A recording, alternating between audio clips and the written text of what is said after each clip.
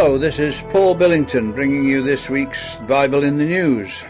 Several newspapers this week reported the death of Sir Nicholas Winton, who saved hundreds of Jewish refugee children from Czechoslovakia in 1938.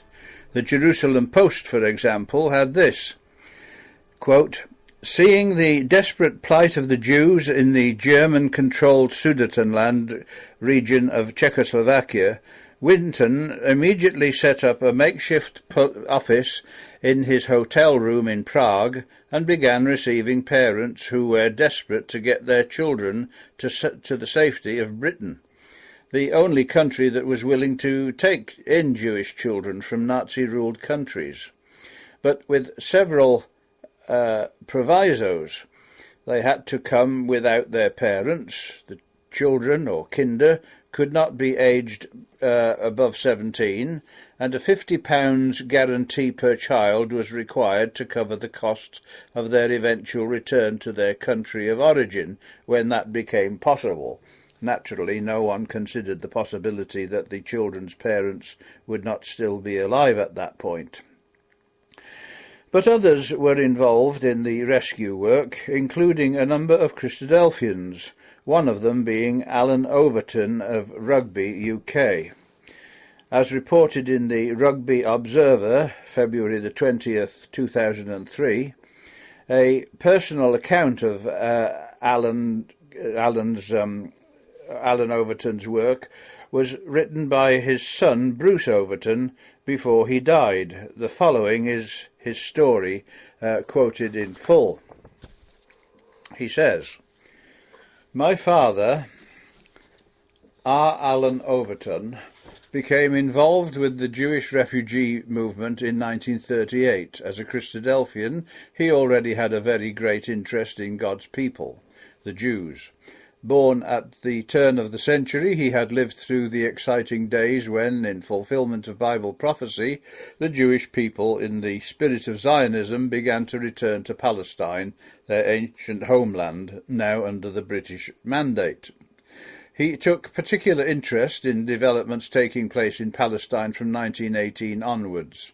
One might say it became his specialist subject, and he was called upon to speak throughout the United Kingdom at public meetings arranged by the Christadelphians. He gave illustrated lectures and showed films of modern developments in Eretz Israel, convincing his audiences that the ancient prophecies were being fulfilled. In order to keep abreast of the British government's policies in regard to Palestine, he attended every debate in the House of Commons as an observer until Britain ended its mandate and the State of Israel was declared in 1948. The hope of Israel was his life, and during the 1930s he watched the development of anti-Semitism in Germany with the rise of Hitler and the Nazi Party. He became very anxious over the fate of the Jews, which Hitler outlined in his book Mein Kampf. In 1937, the Jews in Germany were feeling the effects of the Nazi campaign against them, and some who could afford to flee Germany into Austria and Czechoslovakia did so. Fears were intensified when Hitler's stormtroopers marched into these countries where Jews were the first target. There seemed no alternative for the Jews but to send their children further afield, perhaps to relatives living in the United Kingdom or the United States of America. But suddenly a wave of fear compelled the Jews to send their children away to whoever would have them, and wherever a safe haven could be found. In 1938, a committee was set up in London at Bloomsbury House called the Movement for the Care of Children from Germany. Lord Samuel, a prominent English Jew and parliamentarian, was chairman of the Council for German Jewry, which had been set up some 3 years before in view of the intensified persecution in Germany, but now he gave his help to the new committee. Arrangements were made for the first large contingent of Jewish children to arrive by train from Germany, arriving at Liverpool Street Station, London. In the daily newspapers the next day appeared photographs of these children, boys and girls of all ages, a label attached to them bearing their name and number, their few possessions in a small case or backpack. I remember, although I was only 10 years old at the time, a photograph of a little girl, her hair in plaits, sitting forlornly on the platform of the station, her backpack at her side, her label tied round her neck. It was at this point, I remember, my father being so moved, for he had 3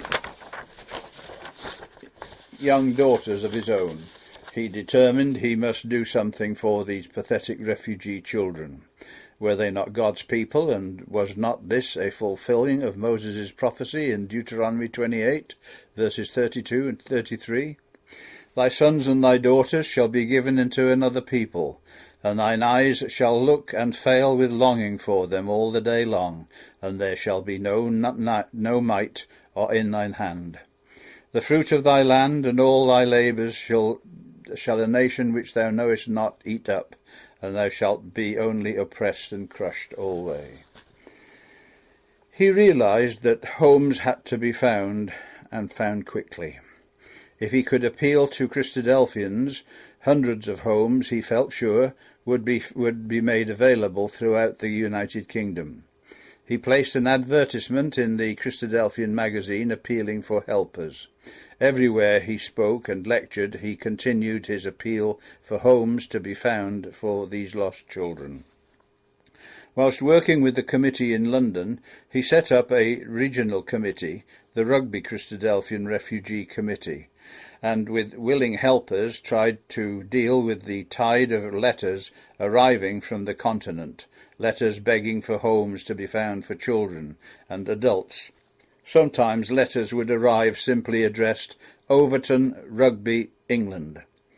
The townspeople became aware of the effort being made, and the mayor and council members were only too pleased to facilitate his efforts, and many children were placed in homes around Rugby. As the fear of hostilities breaking out between Britain and Germany became more apparent, the government felt caution was needed to restrain the number of immigrants from the continent. Fear of German agents slipping in was a real possibility. However, my father lobbied and pleaded with members of Parliament not to close the doors of Britain to those desperate Jews who sought refuge and asylum. He had to work very closely and in conjunction with the London Refugee Committee and the Home Office. Little did my father realise that the work begun in 1938 would continue through the war years until 1946 and even later. Almost every week he would meet the boat train arriving in London to collect the children. In this he was assisted by other Christadelphians who gave up their time and willingly helped the transport children into the South and East England and London areas. Heartrending scenes, which even brought hardened London bobbies to tears, met their eyes. Very young children, as young as 2 years old, crying for their mothers, were herded together until separated, some to England, some to Wales and Scotland. Our home, just outside Rugby, became virtually a transit house. Often late at night my father would arrive home, his car packed full of children, some feeling very unwell after a long train journey and channel crossing, beside the trauma of leaving their parents. How my mother coped with her own 4 children, plus a house full of overflowing with children in need, with language difficulties from the various parts of Europe, I shall never know, except it be for the providential hand of God at this crisis in all our lives and on behalf of his children. By prior arrangement, Christadelphians, if they had transport, would come to our home to collect their wards. Others had to be transported either by my father or by train or bus to their new homes in other parts of the United Kingdom.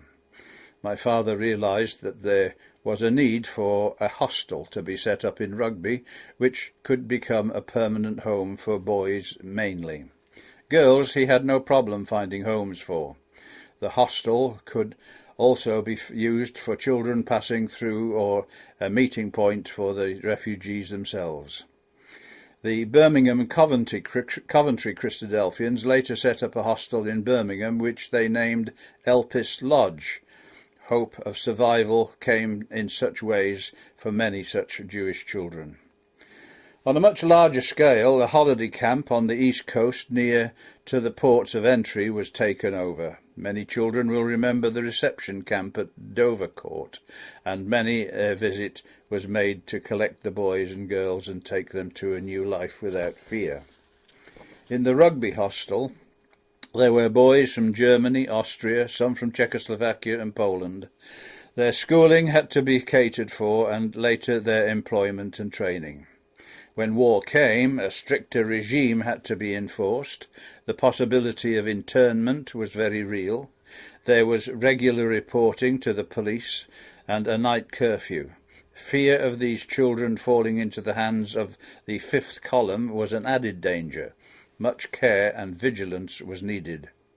I might add here that my father felt it an important factor in the lives of these young Jewish boys and girls that they should know at least something of their own history recorded by their own writers, Moses and the prophets.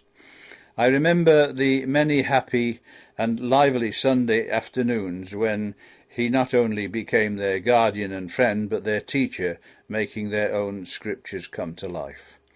In 1946, when the war ended, many were now in their late teens, and they were anxious to find their families again. Sadly, in most cases, and returning to their former homes and towns, none had survived the appalling Holocaust. Many had found their end in the Nazi camps and gas chambers. 50 years have now passed since those days. Most of those who worked so hard during those sad and gruelling times have passed away. But the children whose lives were literally saved from the certain death are now in their 60s and 70s.